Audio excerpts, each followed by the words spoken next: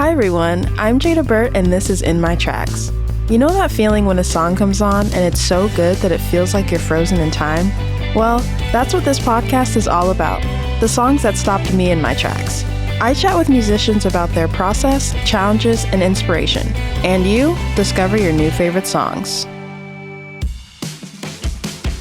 This week on In My Tracks, we're talking to Bird and Byron, a rock and soul duo based out of Nashville, Tennessee. Let's get into it. Hello and welcome to In My Tracks. I'm your host, Jada Burt, and today I'm speaking with Bird and Byron. Hey there, how are you? Good, how are you? Great. I'm great. Thank you for being here. So I kind of just wanted to start because I believe I found you guys on TikTok through your One Take Tuesdays. And then I was pleased to find out you were from Columbus, Ohio. So I'd love to know when your love of music began. I think personally my love of music began when I was probably the ages of 6 through 10. My parents introduced me to a lot of good music, and I had an initial taste that the music I really enjoyed, and and then it just grew from then on. Yeah, mine's probably a similar age range, but my parents both had great vinyl. My mom was she is big into the 80s, the Bee Gees and Donna Summer. So I got a lot of disco influence from there. And then my dad is really into AC/DC and Hank Williams. And we listened to a lot of Rolling Stones going to baseball practice when I was growing up. So that was a huge influence on me. That's a really good mix of influences. Yeah, it was interesting to find your sound because it's a mix of rock and soul. Before we get into that, I'd love to know, since you guys are childhood friends, what led you guys to, one, start making music on your own, and then eventually start making music together? I always had a interest in writing music, and I think I wrote my first song when I was 12. Yeah, and it just kind of grew after that. I wrote songs all throughout high school, and then I was in a band in college. And I think honestly the kind of thing that drove me to write music was just because, it was really what I enjoyed. I liked the singer-songwriter stuff like Jack Johnson and John Mayer and all that, but I also liked, the Black Keys and a lot of blues artists, and I just wanted to kind of try to emulate them and try to do that. But yeah, we started writing together post-college. So I just got out of school. I had dropped out, and Nick had graduated from Belmont University, and we were back in Columbus, Ohio. And I was working at a coffee shop, and Nick's mom came in and reintroduced herself to me. I knew who she was because we'd been childhood friends for so long. And she's like, "Oh, hey, Nick's back from college too, and he's wondering if he wants to would love for you guys to get together and create something," because we were both doing music at the same time. And we found out we had similar interests and went from there. That is so sweet. Moms really will handle things, won't they? Oh my God, she's a fantastic people person and just all around networker. And she really spearheaded this whole what we are now. It's we have a lot to owe to her. Not only just introducing us after college, but just being a big support.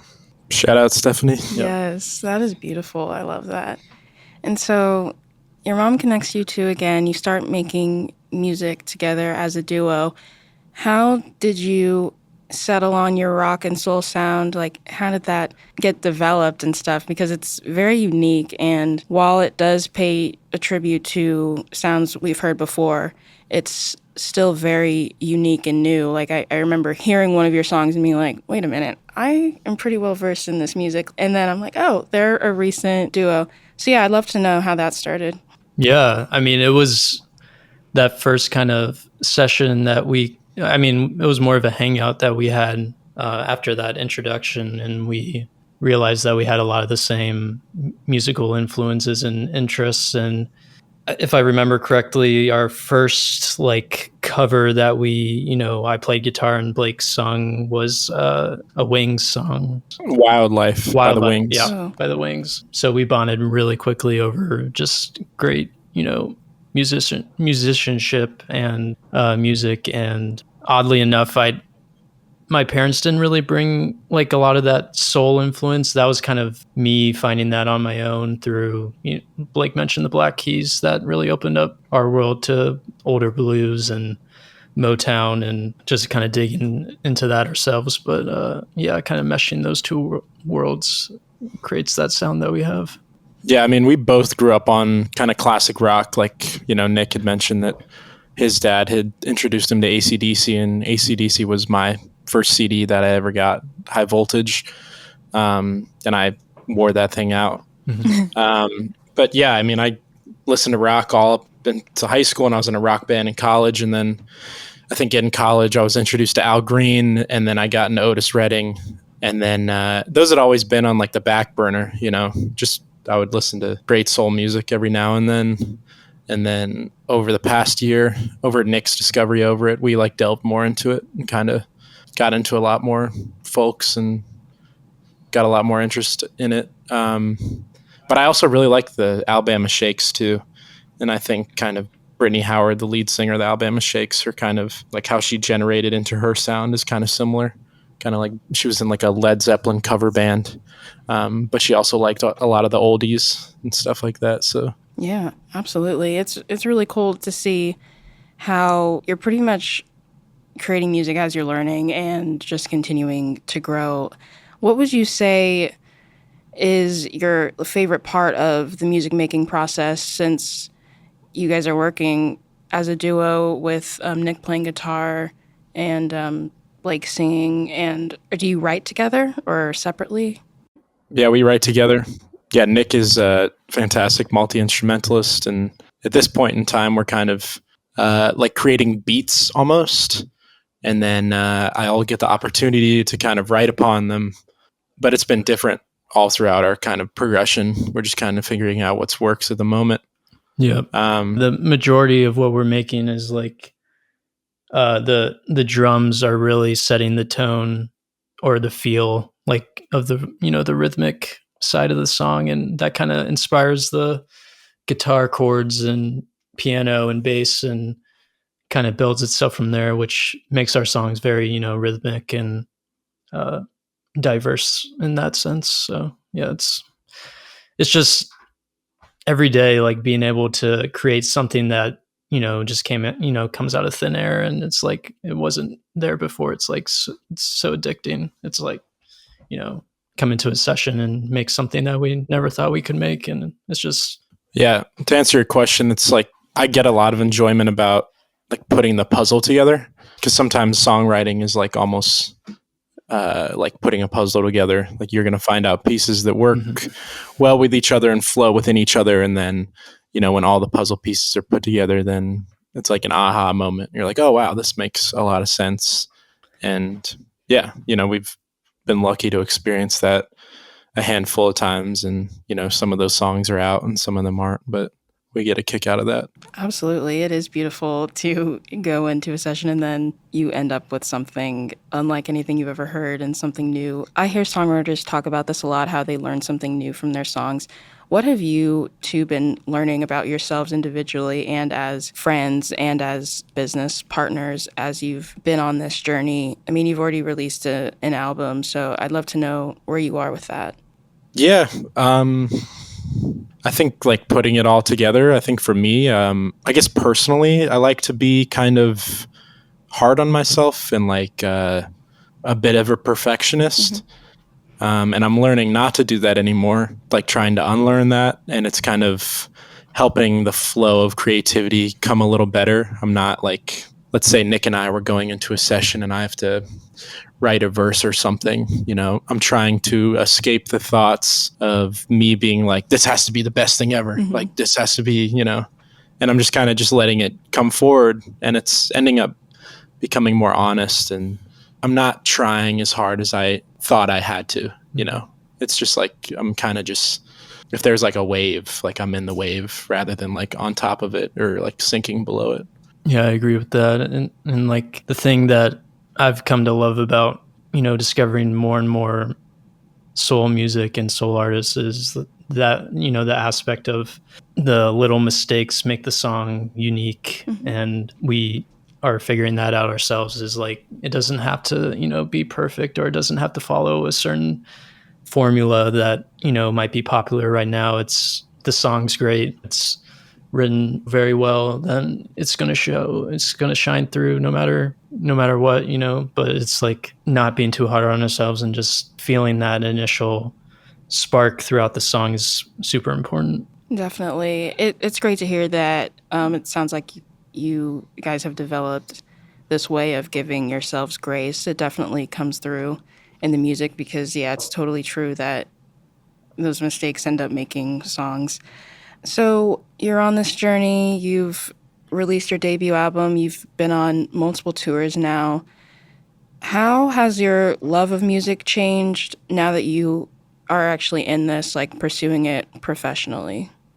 I think I'm just getting a better appreciation, fantastic live performances, being on the road and kind of having that experience and understanding that we're probably going to have upcoming tours that are, could be 30 days long and things of that sort. Just kind of the ability for, a great live performer to go in and out every night and, be able to do their thing at a high level. That garners a lot of respect. And I'm trying to, understand like how that works. And it's making me enjoy live music more just because, watching, say, Beyonce in Paris after so many, years, and she's still crushing. Like, it's just incredible. The longevity and her ability, like she's an athlete. It's just incredible. Yeah, she really set the standard when it comes to touring. The momentum, the stamina she has is unmatched. But how did you to keep yourselves well while you were on tour, since this is new? I know at this point you've been on two as supporting artists. So how did you get used to it? How did you, again, keep yourselves well and maintain the stamina you needed to be able to perform well in front of new audiences as the opening act? Yeah, I can let Blake speak to, the vocal stamina and everything. But I think just as a band, like logistically, it's like we learned and we're learning as we go that it's like super important to prepare for, the worst case scenarios, like before we even hit the road. It's like, just learning to roll with the punches if something happens, because, just so many things can go wrong. But once everything does go right, it's like the best feeling that you get to come into a new city and see new faces every night and, play our hearts out and meet new people afterwards. And now, we have lifelong connections with new people that connected with, something that we may have written like a couple months ago. It's crazy. Yeah. And for the group, it's, we're all looking out for each other. When you're in a 15 passenger van, driving from Nashville, Tennessee to Brooklyn, it can get a little hairy, and we drove that van in the city for the first time and all that. So it's just like, everybody supporting one another, like keeping our sanity amongst the group and, taking care of one another. We have a good understanding of all of our personalities right now, and we're going to have a better understanding of as it goes on. But we're all caring for each other.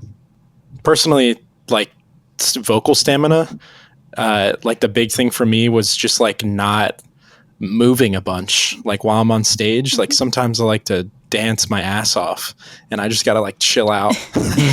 Because like I think when we were like first starting, I would move around a lot and be this kind of like punky figure. I don't have the stamina at that moment to do that right now and sing like I want to. So it's more like, let's just chill out, think about your voice and like focus on what you're doing and then focus on the crowd rather than like kind of just playing to the crowd every second. The crowd matters, but you got to get through the show first, Yeah, absolutely. That's a great note, and awesome that you were able to make that observation and then make that change in order to improve during the tour. And now you have that information now moving forward. So a huge part of your rise has been your One Take Tuesday videos. I'd love to know how that started and how you pick songs and how you keep it exciting for yourselves.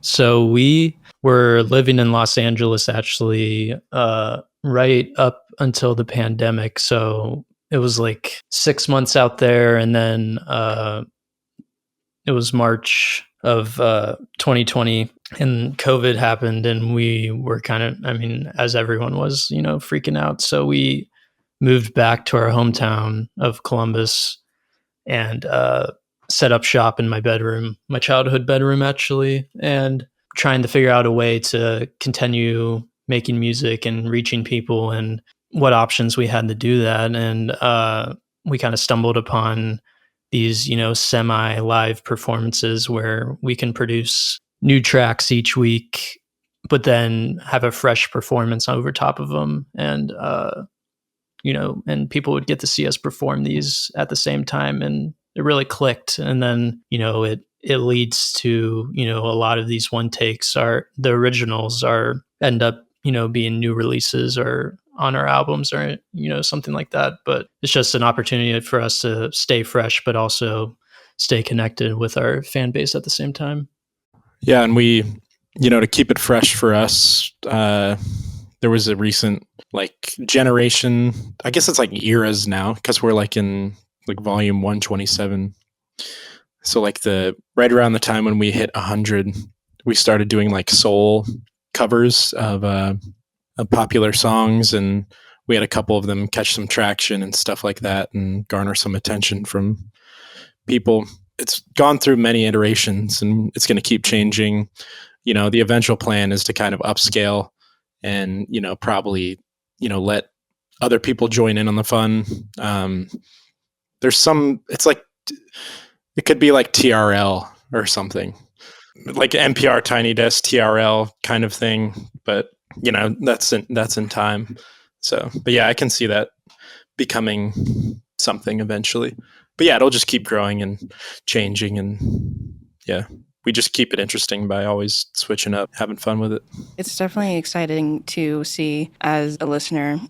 So yeah, it's great to know that, you have these visions of it expanding. I can definitely see that because they're really well developed and produced covers for them to be, a weekly thing. So props to you both on that. Thank you. So you two released your debut album this year, and it is a fantastic body of work. So I first wanted to say congratulations, because I know it was no easy feat, but I would love to know how you came to figure out these lists of songs were meant to be on an album versus, just being released as singles here and there, and how you developed just the sound of the record and how you knew it was finished. I think the middle of last year, we were getting thoughts of wanting to make an album, and we had gotten mentions from some fans and some people who were supporting us that we should think about doing an album. With that in mind, we were writing like we usually do. And I think we just started kind of collecting songs really from the past and, new stuff that we had started writing. And I think we got to a certain point where we felt good about 12 songs. And then we nailed it down to 10 and then 9 just to keep it tight. And we wanted all the songs to feel like they went together.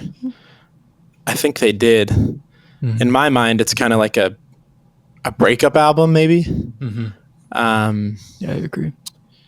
Yeah, because I think me personally, I was still, during the beginning of the making of the album, I was still going through some stuff with a past relationship, and that ended up coming out with a lot of the music, within a lot of the music. And then Nick, I'm not to speak for him, but he ended up going through kind of like a breakup situation during the creation of the album. Mm-hmm. And suddenly it brought his situation to life. And it was this really weird thing. We had both come to the same level with kind of the same situation that I was initially talking about first. And then he's like, okay, I kind of understand what's happening here. Yeah. It's like a weird, like spoken to existence kind of thing. But yeah, it ended up being that way. And Yeah, it was very interesting. It was like I was feeling what Blake was laying down to a certain extent. And then, yeah, like he mentioned, I was kind of experiencing a similar situation. And once that was going on, like we were right in the middle of like recording all these and writing these songs. And it took my level of understanding to like a newer height. And I really connected to everything that we connect with each other on everything we make. But like going through that kind of situation, I really took a hold of these songs personally and was really able to add, a lot of emotion and passion into them. And yeah, I think each song has its own vibe to it. There's like a common thread, but being able to, record at our own, studio in Nashville here, it kind of gives a coherence to every song on the album so there's like, there's uniqueness in each song, but the way we recorded them and where we recorded them, like makes them feel, like one kind of package, which was really cool. Yes, I can definitely say as a listener, it has that through line, but it's really interesting to hear how you use your experience, Blake, coming into, the writing process and collecting the songs, and then Nick going through a similar experience. Has songwriting and making this music made you more vulnerable? Has it made you feel like you can express these like kind of dark feelings you have regarding breakups and other negative experiences in life? we're just kind of more comfortable with giving one another the opportunity to kind of speak our minds musically, lyrically. A lot of the kind of, maybe pressure of an initial songwriting relationship is kind of lost now, which is good because we've, grown to kind of enjoy what one another do. And we just kind of let each other do our own thing. And, sometimes it works out and sometimes it doesn't. And we're like, okay with that. We're just both coming to an understanding of what the music is and what it should feel like and what I'm supposed to be talking about. Yeah, I think we're just we've really learned just how to regurgitate ideas without really even thinking too much about it. It's just like, we're channeling the muse and just like pulling, and it'll either the muse will give us something or it won't, and we just try to let it happen. But Nick and I have kind of like an unspoken language nowadays, when we're just sessioning and stuff. Like it's just kind of like we both have a good understanding of what one another like, and we're just kind of moving in the same wavelength. And as much as we already do know about each other, like our personal lives, we really have come a long way to trust ourselves and each other, and not build up a wall between us, or before it even gets out into the open. It's like we have come to understand what we like and what we want to say, and we let those ideas flow and in like a safe space. It's what we've come to really learn is like that initial idea is like often the best idea. So like if we can, capture that and then build upon it and kind of sculpt it after that, it's like that's what turns into something that can last. Absolutely. This debut album is definitely a body of work that will last. So I'd say a kind of section of the album that I think was particularly powerful are tracks 5 through 8. Should You Have Ever Loved At All, Tennessee Fire, the song we are discussing today, Mountaintop, and I'll Always Be There. That section of the album felt like I'm grounded in this body of work. No one talked to me. I am somewhere else. What was it like actually putting these tracks together and determining the order? I think we were kind of thinking about how each song flowed within one another. I don't think the initial thought was maybe what the songs meant but it was more like, okay, how does this one get into the other one? And how does it feel like as a roller coaster ride? You know, Should You Have Ever Loved It All is like the like kind of big, 70s and 80s kind of disco break, kind of really interesting chord shapes and kind of an uplifting chorus. But then you drop it into Tennessee Fire and it just lulls, and it's almost druggy, reverby. So it pretty much throws you kind of from this kind of confusing but jovial tune into this kind of like it's supposed to feel like a rainy day. And then Mountaintop is kind of, it's like an ascension song. So that obviously feels a little better in terms of like kind of just general feeling based around the song. And then I'll Always Be There is just, I think it was a later addition. We kind of decided on placing that song, I think probably a month before we kind of really finalized the tracks. And we thought it just felt good, and we thought it would make sense in the whole scheme of things. So a fun question I like to ask is, if you could choose the first song that a new listener heard, which one would it be? Yeah, that's a great question. I think like a more recent and current favorite of mine, even to play live too, is I'll Always Be There. I really feel like that song has become, a crowd favorite, and one that I think really encapsulates who we are. The lyrics, guitar performance, the songwriting, it's, up and down, and it like builds you to the top and then it brings you back down. And it's just a super emotional piece. And I think it really shows who we are as a duo and how far we've come along. And I feel like that's a super important one in our catalog that I would, show to someone as a first song. Yep, I love that track. Yeah, it's a stunning one. It was really hard to decide. But that was in my top 3. I will say that. But yeah, I think I'll Always Be There is a lovely choice.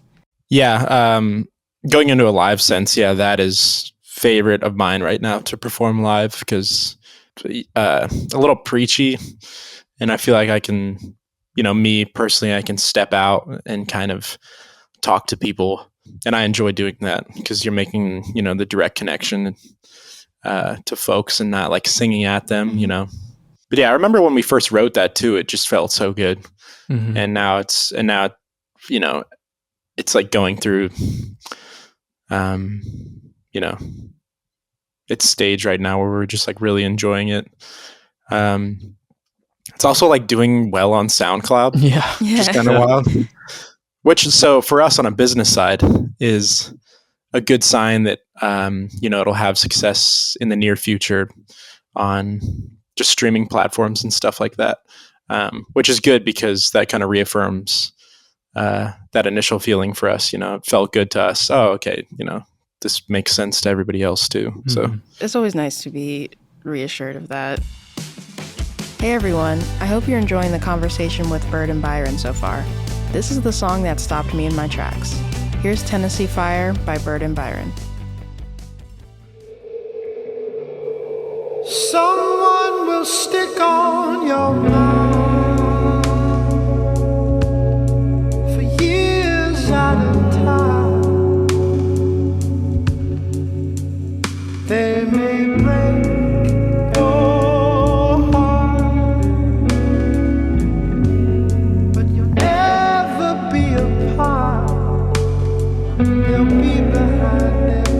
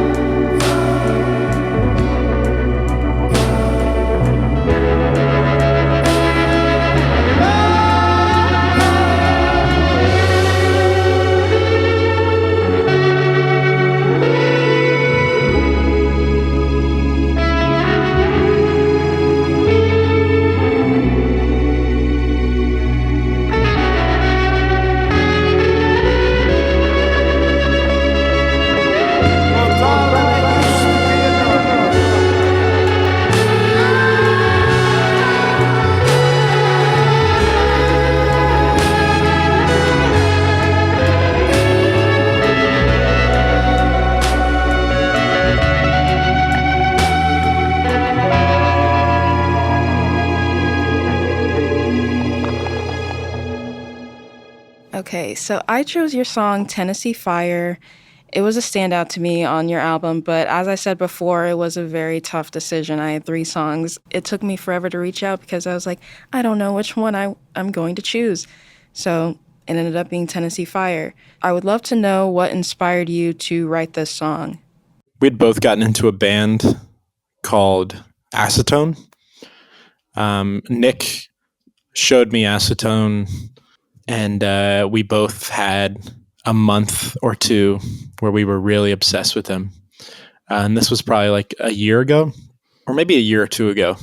I don't know if this was before we went to Nashville or not. Yeah. But yeah, they just floated up into our kind of catalog, our own catalogs, like every now and then. And Nick got their like, It's like a compilation of select songs, yeah.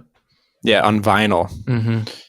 And we sat on the couch one night, and just like, I just closed my eyes and just listened to it, and it was like fantastic, and it was like such a great listening experience. And then I think, around then, we kind of were working on the album songs. We're like, let's do something in 6/8. And Nick brought these really cool chords forward, and they just made sense. And we tried to make it feel like an Acetone song, I think. But yeah, the inspiration was definitely Acetone. Yeah, they're a really cool and interesting band. Yeah. Yeah, they're a 90s dubbed slowcore, but I mean they're much more than that. It's like they're a trio that formed in California, and I mean their musicianship is like on another level, and they're often overlooked.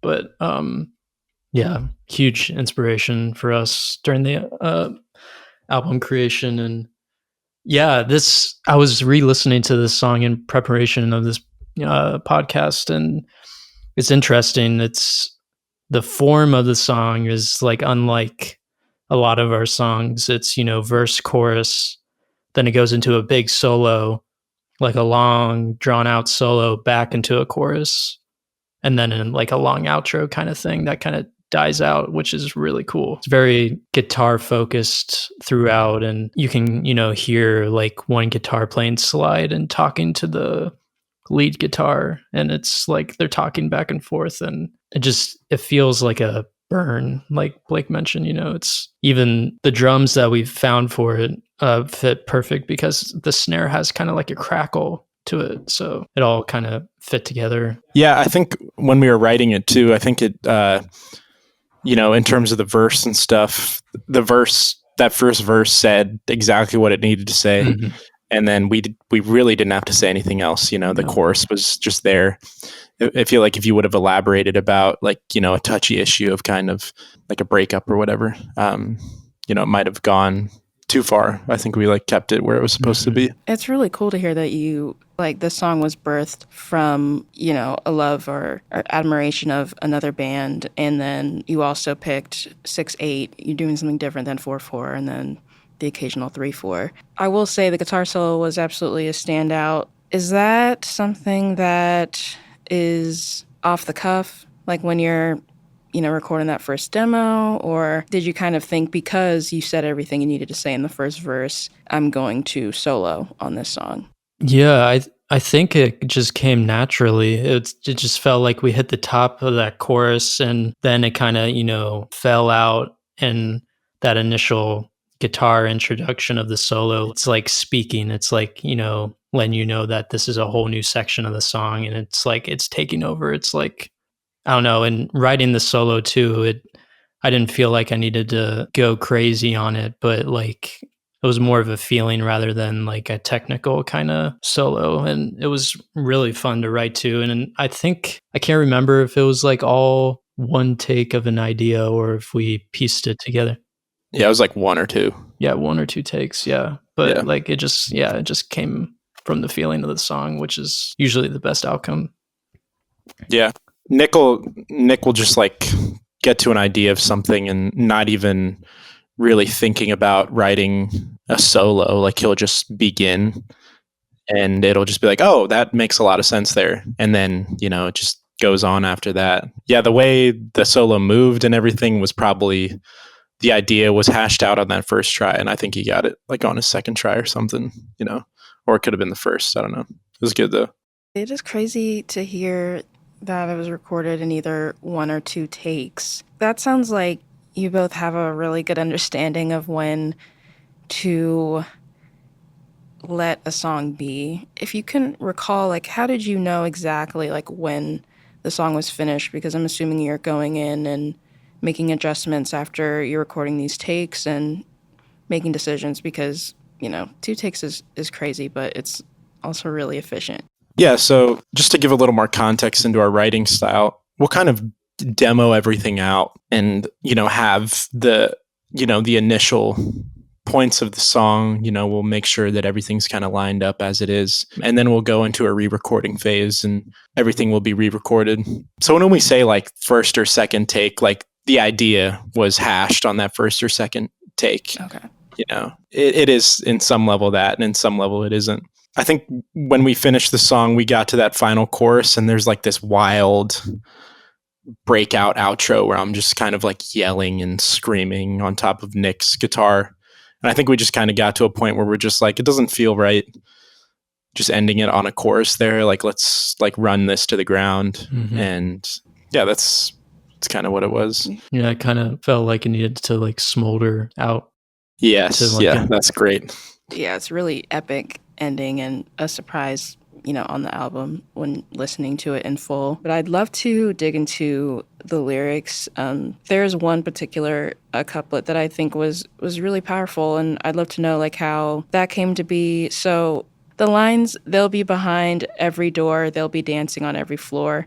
The love's for sure, but the pain grows more. Are you saying like, okay, I've got this rhyme, now I'm gonna do AA, BB? Or are you like, okay, I have something to convey? I know you've spoken about how this comes naturally. It's kind of a form of serendipity. But yeah, these lines are really powerful. And like you said before, you said everything you needed to say in the one verse. I'm trying to think back of when we initially got like the demo down for it. I mean, the voice introduces the song kind of like, someone will stick on your mind. We like to start songs like that. I think it just grabs the listener's attention. But in terms of what was said in that kind of verse you repeated, that's just like true honesty. I think I have a rhyme scheme, in my mind initially.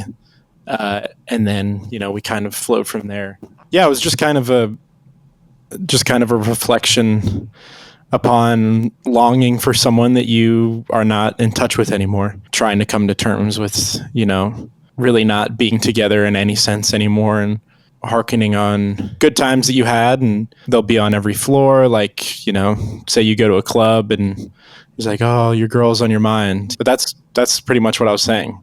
It's just like when you go through a bad breakup, it's just like constant reminders of who and what that person did for you.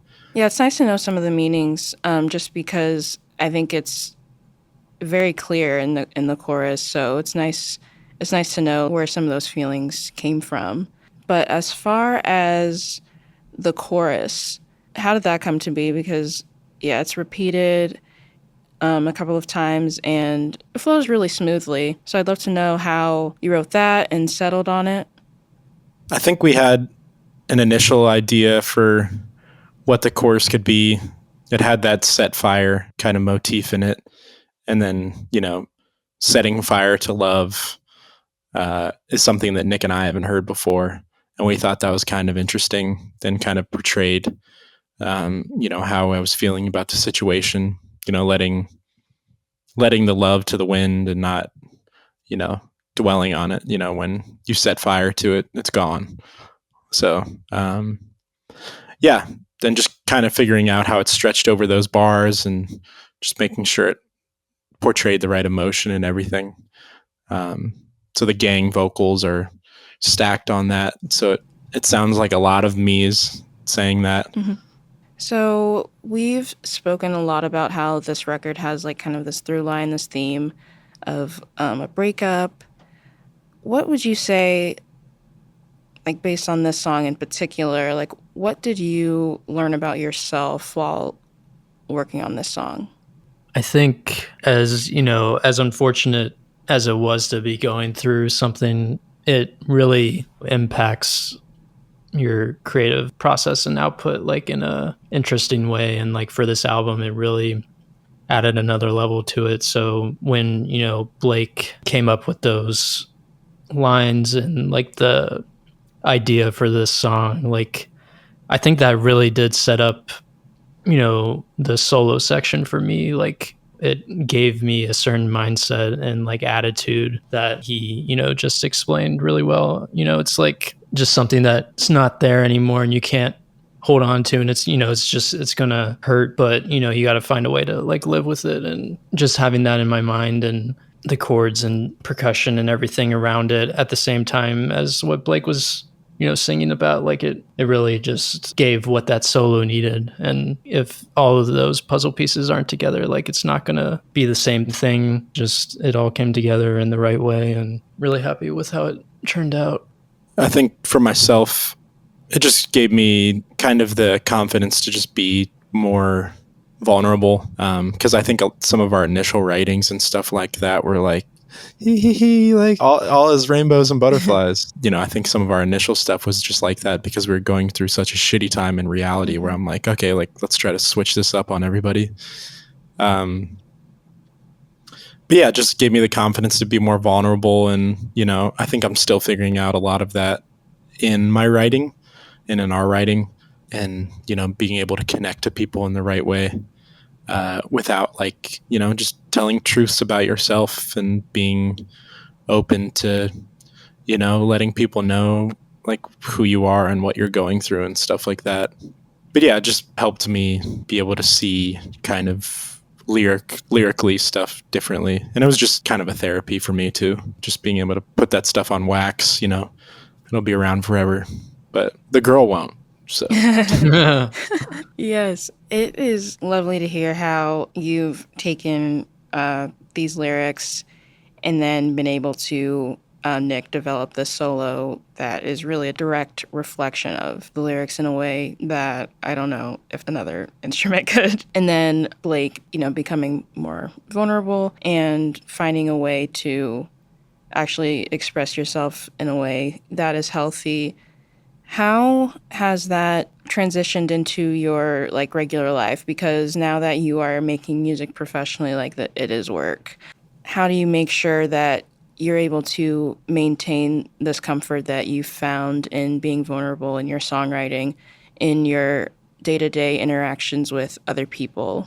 Yeah. I think just, being honest with the folks that work with us and, the relationships that we have. The honesty is present in the music, but it's important to just be an honest person in all aspects of life. I recently started a new relationship, and after kind of relaying some of the feelings that I had within the album, I'm able to put those to rest in some way.